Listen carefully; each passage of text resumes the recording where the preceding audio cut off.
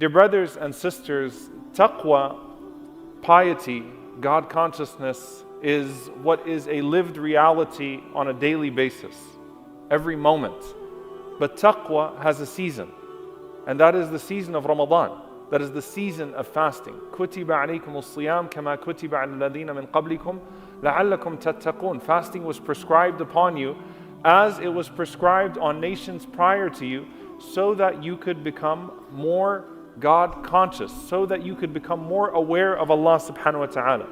And so taqwa is a daily reality, but it has a season in which it dawns upon us in a very special way, and we hope that it carries us well throughout the rest of the year until we live out the rest of our lives and meet Allah subhanahu wa ta'ala, hopefully as people of taqwa.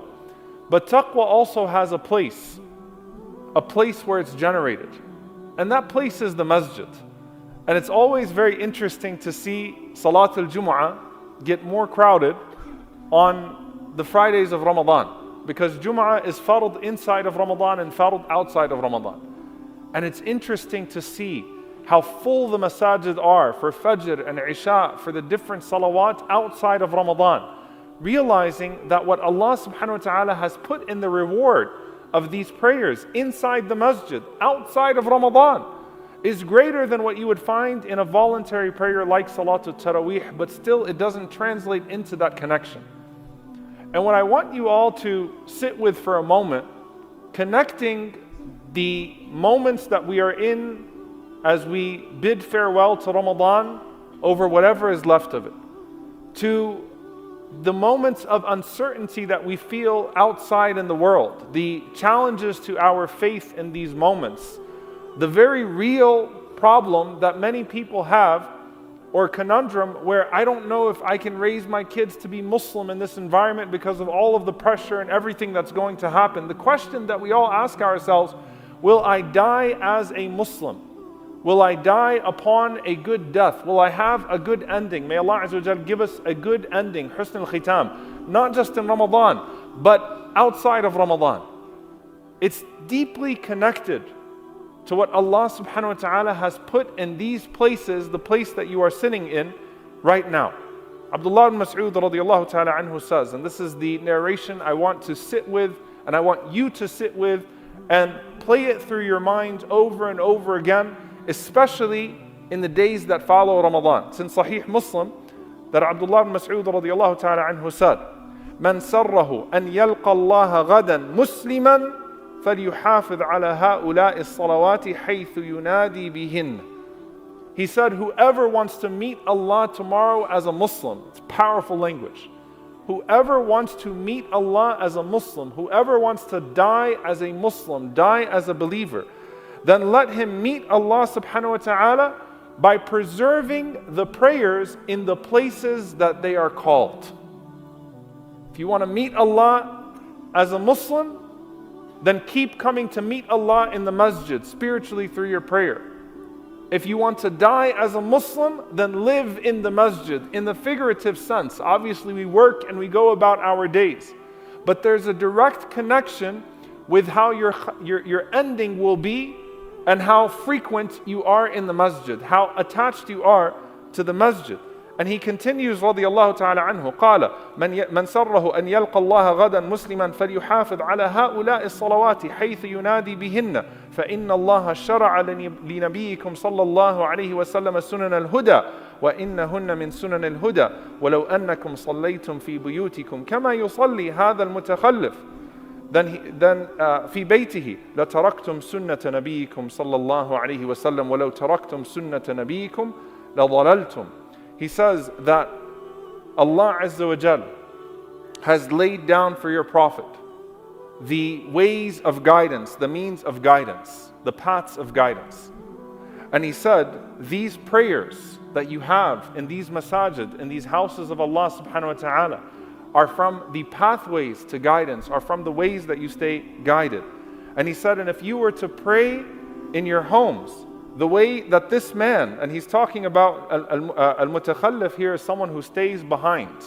Someone who stays behind in their homes. If you were to pray in your homes like this man, then you would leave off the way of your Prophet sallallahu alaihi wasallam, and if you abandon the way of your Prophet sallallahu alaihi wasallam, then you will abandon the pathways to guidance. And he goes on to say, وَمَا مِن رَجُلٍ يَتَطَهَّرُ فَيُحْسِنُ الطُّهُورِ ثُمَّ يَعْمِدُ إِلَى مَسْجِدٍ مِنْ هَذِهِ الْمَسَاجِدِ إِلَّا كَتَبَ اللَّهُ لَهُ بِكُلِّ خَطْوَةٍ يَخْطُوهَا حَسَنًا.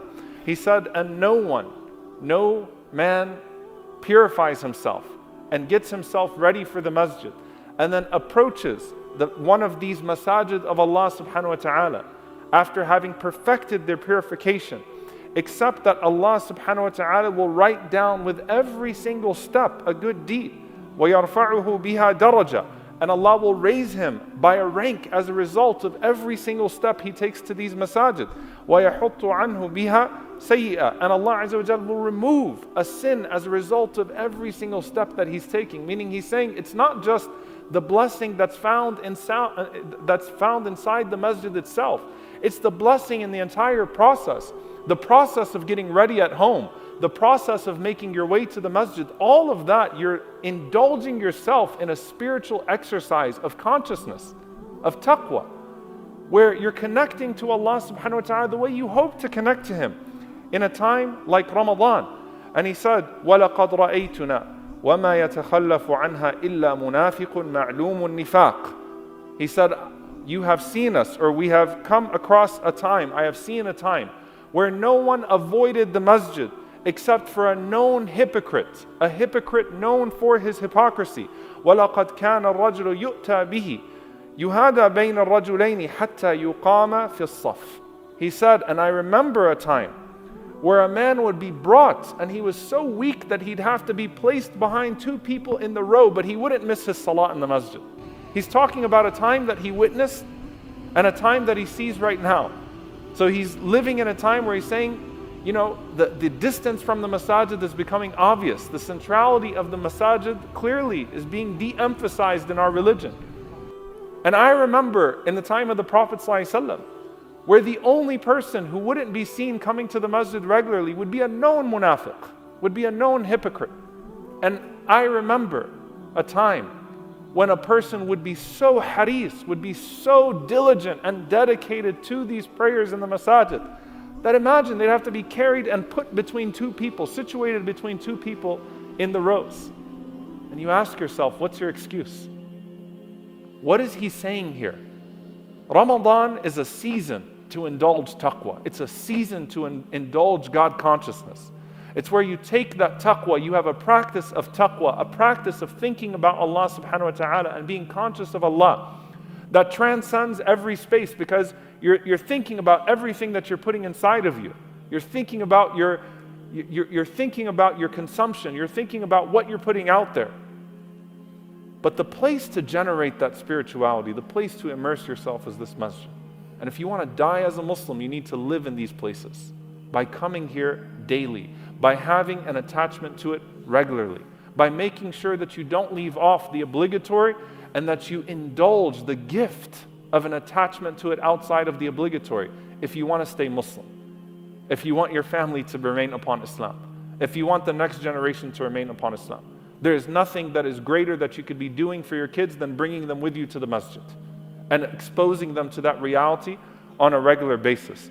I leave you with two narrations because of the time, and I know that we're fatigued these days because of these last days of Ramadan. SubhanAllah, I was looking at the rasa'il, the letters between Abu Darda radiallahu ta'ala anhu and Salman al-Farisi radiallahu ta'ala anhu. They were brothers. The Prophet ﷺ paired them off.